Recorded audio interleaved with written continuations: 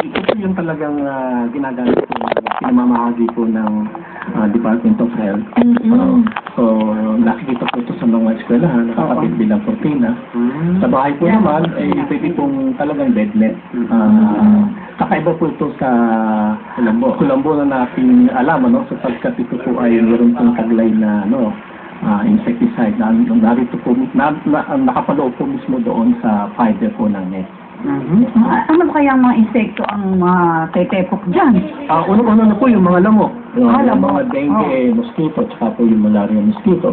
Kasama na rin po. Ay, mga ipis kaya? Pwede rin po. Pwede po rin mga housefly, mga tis. Very useful. Mga tis. Bakit sila namamatay? At gaano katagal yung effect nung... ito po, pinag-aralan po ng na maraming taon po ito, base po doon sa mga datos na nakuha namin. Ito po ay maaaring tumagal po ng 5 taon. Sa ibang bansa pa nga ho, ay maaari po itong tumagal ng 7 taon. Okay, so pinoprotektahan po nito yung mga sa dengue mosquito at saka yung malaria. So, kapag una-una pong epekto nito, ito po itinatawag po yung mosquito. Pag nadikit ho, mamamatay po yung mosquito. Doon sa repellent, bakit na itataboy? Mayroon bang amoy? Yun po ay talagang inherent characteristic po ng yung aktibong sangkap po ng Olicet net. Yung po permethrin, na napakasiko naman yan. Mayroon siyang iniinit na parang amoy? Oo, parang naaamoy po yan ng mga lamok. Pero yung tao... Pero hindi mo natin naaamoy dito. Okay, child-friendly kaya yan. Baka mamaya makagat ng estudyante.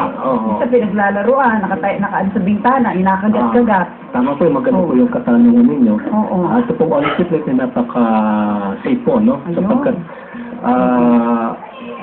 napakababa po yung mammalian toxicity na tinatawag natin. Kaya ilang percent may toxicity? Napakahina, napakababa po. Base po ito sa yung pong tinatawag natin lethal dosage concentrate. So, yun po ay pinag-aralang mabuti ng mga siyentipiko. Kaya hanggang sa ngayon, matagal na po itong ginagamit lalo po sa ibang bansa. Wala naman po reported cases po na Alam niyo, doktora, meron tayong ginagamit tayo kung na lang magbanggit ng brand. Ito yung mga pinupunas po natin. Parang pinupunas ng cup. Yung pang-disinfect ng mga... Yung mga lotion. Yung mga lotion parang ganun lang. Yung anti-repellent? Pareho po sila. Yung pong headlight na ginagamit natin po sa...